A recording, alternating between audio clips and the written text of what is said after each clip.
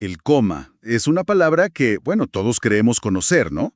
Casi siempre por el cine, donde es como una especie de sueño largo, y con la música adecuada, alguien se despierta como si nada. Claro. Pero hoy vamos a sumergirnos en lo que es realmente, porque la realidad es mucho, mucho más compleja, urgente y, la verdad, fascinante. Sí. Y para guiarnos en este laberinto tenemos un mapa de primera, el capítulo sobre el coma del manual Harrison, Principios de Medicina Interna. La misión es separar el drama de la ciencia y entender qué pasa cuando el cerebro, pues, se apaga. Y es que esa es la clave. Lo primero que hay que entender, y en esto la medicina es tajante, es que el coma no es estar dormido. Para nada. Ah, claro. Es una disfunción cerebral profunda. Una de las emergencias neurológicas más serias. Y los médicos tienen que actuar con una precisión de cirujano para descifrarla a tiempo. Ok. A ver, vamos a desglosar esto. Porque si no es un simple interruptor de encendido y apagado, entonces, ¿qué es? Supongo que hay niveles, ¿no? Exacto. No se pasa de estar completamente alerta a estar en coma profundo en un instante. Exacto. Es más como un dimmer de luz que a un interruptor. Es un espectro. En el extremo más ligero tenemos la somnolencia. Somnolencia, vale. Es lo más parecido a estar quedándose dormido.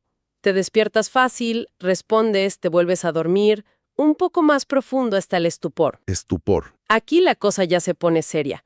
Para sacar a la persona de ese estado necesitas un estímulo fuerte y constante, como un pellizco o presionar una zona sensible. Ajá. La persona se quejará o intentará apartarse, pero en cuanto dejas de estimularla, ¡pum!, vuelve a caer en la inconsciencia. Y en el fondo de ese espectro está el coma. Ahí está el coma. Se define como un estado del que es imposible despertar a la persona, sin importar qué tan fuerte sea el estímulo. No hay ninguna respuesta con propósito. Entiendo. Y por eso los médicos prefieren describir lo que ven a usar etiquetas. Es más útil decir, el paciente retira el brazo ante un estímulo doloroso, que usar palabras ambiguas como letargia. La descripción precisa es todo. Entendido. Tenemos el coma verdadero. Y parece que también hay una serie de grandes imitadores, ¿no? Condiciones que parecen coma, pero que neurológicamente son un mundo aparte. Y aquí es donde la cosa se pone extraña, güey, de verdad, desafía todo lo que creemos saber sobre la conciencia. El más conocido es el estado vegetativo. ¿Ah, sí? A menudo es la fase que sigue a un coma. La persona abre los ojos, tiene ciclos de sueño y vigilia, bosteza, gime, mueve los brazos o las piernas. A simple vista, parece que está despierta. Pero no está ahí. Cierto. Exactamente. No está ahí. No hay ninguna respuesta coherente al entorno. No siguen objetos con la mirada, no responden a órdenes. Es la maquinaria del cuerpo funcionando, sin el piloto. Wow. Generalmente ocurre después de un daño cerebral masivo, como el que produce un paro cardíaco. Y si este estado se prolonga por meses, las probabilidades de una recuperación real son, tristemente, casi nulas. Y luego está una condición que suena a la peor pesadilla imaginable. El síndrome de enclaustramiento. Es que lo es. Es el polo opuesto al estado vegetativo. Aquí, la persona está 100% despierta, consciente y pensando. Oye todo, siente todo, pero no puede mover un solo músculo de su cuerpo. Nada. No puede hacer nada. Está atrapada, completamente paralizada. Solo una cosa, puede mover los ojos hacia arriba y hacia abajo, y parpadear. Solo los ojos. Esa es su única conexión con el mundo exterior. La causa es una lesión diminuta y devastadoramente precisa en la base del tronco encefálico que corta la comunicación entre el cerebro y el cuerpo, pero deja la mente intacta. Es un pseudocoma, porque la conciencia está totalmente preservada. ¡Qué horror! Es como estar enterrado vivo en tu propio cuerpo. Y se mencionan otros dos estados, el mutismo asinético y la catatonia, que también pueden confundir. Sí, son otros impostores. En el mutismo cinético, por un daño en los lóbulos frontales, la persona está inmóvil y en silencio, pero parece alerta y puede que después recuerde cosas. La catatonia es diferente. Es un trastorno psiquiátrico. La persona está como congelada, pero si intentas, por ejemplo, abrirle los ojos, se resiste activamente. Ah, se resiste. Es una señal de que hay una voluntad oponiéndose, una conciencia oculta. Y a menudo después recuerdan todo lo que pasó a su alrededor. Entendido. Entonces tenemos el coma verdadero y un montón de imitadores que pueden engañar a cualquiera. Pero sigo sin entender qué interruptor se baja en el cerebro para que todo se apague. ¿Es un apagón general o se funde un fusible específico? Es una pregunta perfecta. Y la respuesta es que pueden ser ambas cosas. Hay dos mecanismos principales que causan el coma. A ver. El primero es el apagón general, una disfunción masiva y simultánea de ambos hemisferios cerebrales. Imagina una tormenta eléctrica que apaga una ciudad entera. Vale.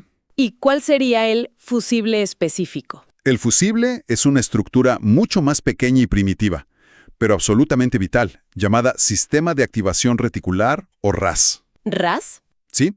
Es una red de neuronas en la parte alta del tronco encefálico. El RAS suena a sistema operativo. Es la analogía perfecta. Imagina que la corteza cerebral, con todos sus pensamientos, memorias, funciones superiores, es la pantalla de tu computadora. Ok. El RAS es el botón de encendido y el cable de corriente. No importa lo potente que sea el computador, si el RAS no le da energía, la pantalla permanece en negro. El resultado. Exacto. Puedes tener los dos hemisferios cerebrales perfectamente sanos, pero si ese pequeño sistema en el tronco del encéfalo falla, todo se apaga. Y una de las formas más dramáticas en que puede fallar es por la herniación cerebral. El concepto ya suena terrible. Lo es. Tienes que pensar en el cráneo como una caja de hueso, rígida, que no se puede expandir. Claro. Si adentro crece algo que no debería estar ahí, un tumor, un coágulo de sangre o un hinchazón por un golpe, la presión se dispara. El cerebro no tiene a dónde ir. Un cal. Sí. La parte interna del lóbulo temporal empieza a comprimir el mesencéfalo, y lo primero que aplasta en su camino es el nervio que controla la pupila. Ah. Por eso, una pupila que de repente se dilata y deja de reaccionar a la luz es una emergencia neurológica de primer orden. Es una bandera roja gigante que dice, la presión está aumentando peligrosamente. O sea que no siempre es por un golpe o un tumor. Para nada. Y este es un punto crucial. Las causas metabólicas y tóxicas son mucho más comunes que las lesiones estructurales. El cerebro es un horno que quema glucosa y oxígeno sin parar, y casi no tiene reservas. Espera un momento. Acabo de leer aquí que el cerebro solo tiene reservas de glucosa para 2 minutos. ¿Eso es real? Totalmente real. Por eso, una hipoglucemia severa, una bajada de azúcar, puede llevar a alguien al coma en cuestión de minutos. Es una emergencia tan crítica como un infarto. Increíble. Lo mismo con la falta de oxígeno, la hipoxia, o cuando los electrolitos se descontrolan, como cuando el sodio baja demasiado, lo que se llama hiponatremia. O sea que si otro órgano falla, ¿puede apagar el cerebro? Sin duda, si el hígado falla, el amoníaco, que es tóxico para el cerebro, se acumula y causa una encefalopatía hepática. Claro. Si fallan los riñones, ocurre lo mismo con otras toxinas y tienes una encefalopatía urémica. Y por supuesto están las drogas. Una sobredosis de opiáceos causa el coma y esas pupilas diminutas como la cabeza de un alfiler. Y algo que a veces se olvida, las convulsiones. Una convulsión muy prolongada puede agotar al cerebro y dejarlo en coma. O peor, a veces el cerebro sigue convulsionando eléctricamente, pero el cuerpo no se mueve. Es un estado epiléptico no convulsivo, y la única señal externa es un coma profundo. Vale, la escena es esta. Llega un paciente en coma a urgencias. No se sabe nada de él. El médico es un detective frente a un cuerpo que no puede hablar. ¿Cuál es la primera pista que busca? La primera pista es la más obvia, la postura. ¿El cuerpo está completamente flácido o tiene una rigidez extraña?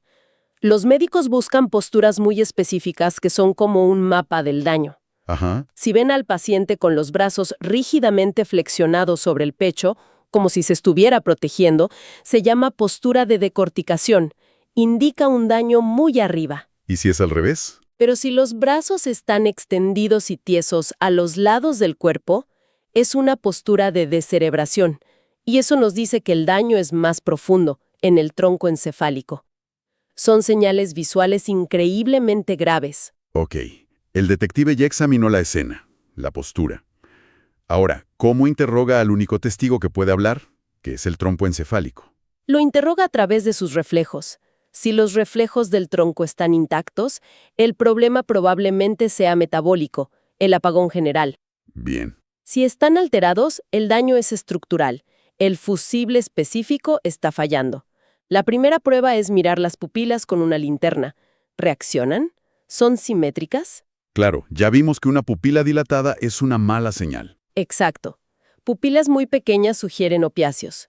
Pupilas de tamaño normal que reaccionan bien a la luz son una gran noticia, porque te dicen que una parte clave del tronco está funcionando. ¿Y qué hay de los ojos de muñeca? El nombre es un poco tétrico. El nombre es tétrico, sí, pero la maniobra es brillante en su simpleza. En un paciente en coma, si su tronco encefálico funciona, al girarle la cabeza hacia un lado, sus ojos se van para el otro, como si se quedaran mirando al frente, justo como los ojos de una muñeca antigua. ¡Qué imagen! Pero increíblemente útil. Si los ojos se mueven con la cabeza como si estuvieran pintados. Es una muy mala señal. Mala señal. Una señal muy mala de que hay daño en el tronco. Para confirmar, se puede hacer una prueba más potente, la prueba calórica, que consiste en irrigar el oído con agua fría, lo que provoca un fuerte estímulo para mover los ojos. ¡Vaya! Luego está el aflejo corneal. Tocas suavemente la córnea con un trozo de algodón y ambos ojos deben parpadear. Y finalmente, el detective escucha. La forma en que el paciente respira, los patrones respiratorios, también da pistas. Una respiración muy rápida y profunda puede indicar un problema metabólico. Una respiración caótica, un daño cerebral grave. Con todas estas pistas, se llega a un punto en el que hay que tomar la decisión más difícil. La línea que separa el coma profundo de la muerte cerebral. Para ser claros, no es lo mismo, ¿verdad? No es solo un coma del que no se va a despertar. No, la diferencia es absoluta y fundamental. El coma, por profundo que sea, implica que haya alguna función cerebral. La muerte cerebral es el cese total e irreversible de toda la función cerebral, incluyendo el tronco encefálico. El punto de no retorno. Legal y éticamente, es la definición de muerte. El corazón puede seguir latiendo artificialmente con un ventilador, pero el cerebro, la persona, ya no está. Y los criterios para declararla tienen que ser a prueba de balas, me imagino. Absolutamente. Primero, se descarta cualquier cosa que pueda imitarla, como una hipotermia extrema o una intoxicación masiva por barbitúricos. Claro. Una vez hecho eso, los criterios son claros. Un coma profundo, sin ninguna respuesta de ningún tipo, y la ausencia total de todos los reflejos del tronco encefálico.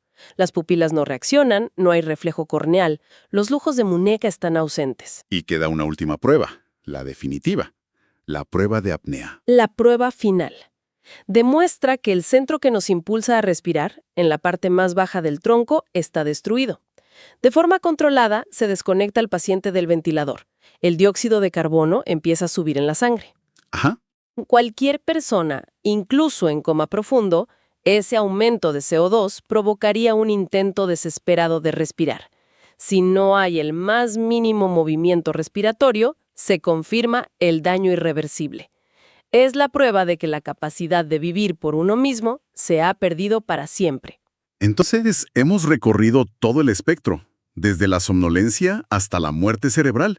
Está claro que la inconsciencia no es un solo lugar, sino un territorio enorme con fronteras a veces muy difusas. Y justo cuando crees que tienes el mapa más o menos claro, la ciencia moderna llega y borra algunas de esas fronteras, dejándote con una pregunta que te vuela la cabeza. ¿A qué te refieres? A estudios muy recientes que usan tecnología como la resonancia magnética funcional en pacientes que están en estado vegetativo o de mínima conciencia. En uno de estos experimentos, a pacientes que no mostraban ninguna respuesta externa, que estaban completamente inertes, se les pedía por unos audífonos que imaginaran que estaban haciendo algo, como jugar al tenis. Espera. ¿Me estás diciendo que a una persona que externamente parece no tener ninguna conciencia, le pides que imagine que juega al tenis y su cerebro obedece? Exactamente. Se ilumina como si estuviera en la cancha. Las áreas motoras de su cerebro muestran una actividad casi idéntica a la de una persona sana y consciente a la que le pides lo mismo. Pero, Y no es un caso aislado. Se habla de hasta un 10 o 15% de estos pacientes sin respuesta que muestran este tipo de actividad cerebral oculta. eso es alucinante. Es una locura. Significa que podría haber una mente consciente, una persona, atrapada dentro de un cuerpo que no le responde en absoluto. Precisamente.